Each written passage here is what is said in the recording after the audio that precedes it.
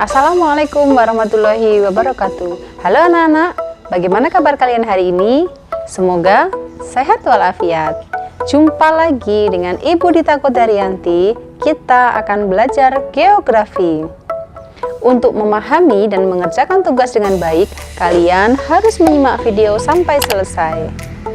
Anak-anak, pertemuan sebelumnya kita sudah belajar tentang persebaran flora fauna di dunia.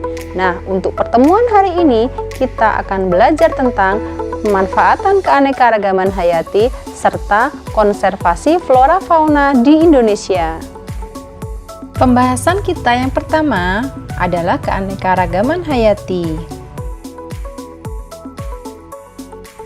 Menurut Kementerian Lingkungan Hidup, keanekaragaman hayati adalah keanekaragaman makhluk hidup dari semua sumber, termasuk diantaranya daratan, lautan, dan ekosistem akuatik lainnya, serta kompleks-kompleks ekologi yang merupakan bagian dari keanekaragamannya, mencakup keanekaragaman di dalam spesies, antara spesies, dan ekosistem. Dari definisi di atas dapat disimpulkan bahwa keanekaragaman hayati merupakan keanekaragaman makhluk hidup, baik yang terdapat di darat, laut, dan akuatik lainnya, yang mencakup keanekaragaman di dalam spesies, di antara spesies, dan ekosistem. Pembahasan selanjutnya adalah tingkatan keanekaragaman hayati. Ada tingkatan dalam keanekaragaman hayati. Yang pertama, keanekaragaman tingkat gen. Keanekaragaman ini timbul karena adanya variasi susunan gen dalam satu spesies. Contoh, bunga mawar memiliki jenis variasi yang berbeda-beda. Ada yang warna mahkotanya merah, putih, kuning, dan sebagainya. Seperti yang bisa kalian lihat pada gambar di samping.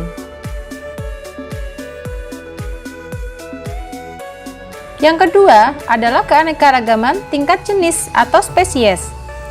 Keanekaragaman ini timbul karena adanya perbedaan pada berbagai spesies makhluk hidup di suatu tempat. Misalnya, pohon aren dan pinang merupakan spesies berbeda dengan habitat yang berbeda, namun masih dalam kerabat palem-paleman. Nah, contohnya bisa kalian lihat pada gambar di samping.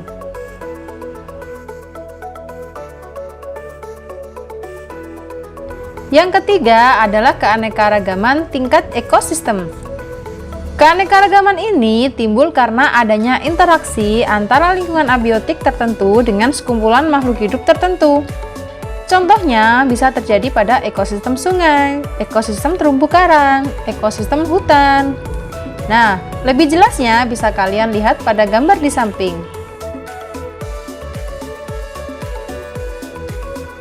Pembahasan selanjutnya adalah pemanfaatan keanekaragaman hayati. Yang pertama, manfaat dari segi ekonomi. Jenis hewan dan tumbuhan tertentu ternyata dapat diperbarui dan dimanfaatkan apabila pemanfaatannya secara efisien. Contohnya, beberapa jenis kayu apabila diekspor akan menghasilkan devisa bagi negara. Yang kedua, manfaat dari segi wisata dan ilmu pengetahuan. Pada manfaat ini, keanekaragaman hayati dijadikan sebagai sarana pengembangan pengetahuan dan penelitian bagi berbagai bidang pengetahuan. Umumnya, secara langsung manusia menjadikan hewan sebagai objek wisata dan hiburan. Manfaat yang ketiga dari segi sosial dan budaya. Masyarakat di Indonesia ada yang menetap di wilayah pegunungan, dataran rendah, maupun dekat wilayah perairan.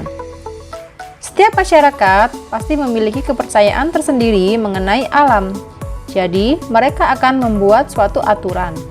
Dengan adanya aturan tersebut, maka keanekaragaman hayati akan terus terjaga kelestariannya.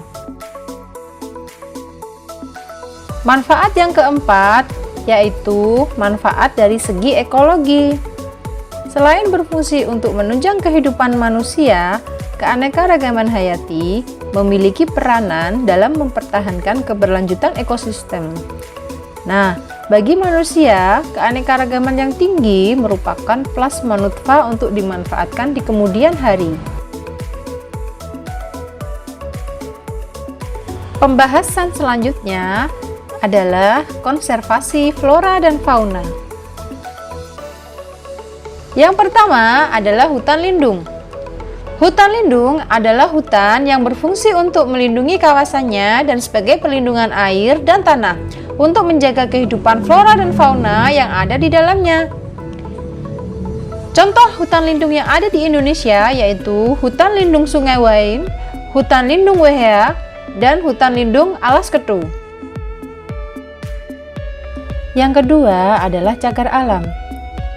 Cagar alam merupakan kawasan suaka alam yang memiliki tumbuhan hewan ekosistem yang khas, sehingga perlu dilindungi untuk kepentingan ilmu pengetahuan dan kebudayaan. Contoh cagar alam yang ada di Indonesia yaitu cagar alam Cibodas, cagar alam Krakatau, cagar alam Pangandaran, dan lain-lain. Selanjutnya adalah Suaka Margasatwa. Suaka Margasatwa merupakan hutan suaka alam yang ditetapkan sebagai suatu tempat hidup margasatwa yang mempunyai nilai khas bagi ilmu pengetahuan dan kebudayaan serta merupakan kekayaan dan kebanggaan nasional. Contoh suaka margasatwa di Indonesia yaitu Muara Angke, Bawean, Cikepuh, Palian, Harlu, Kateri, dan Danau Taundale. Yang terakhir adalah Taman Nasional.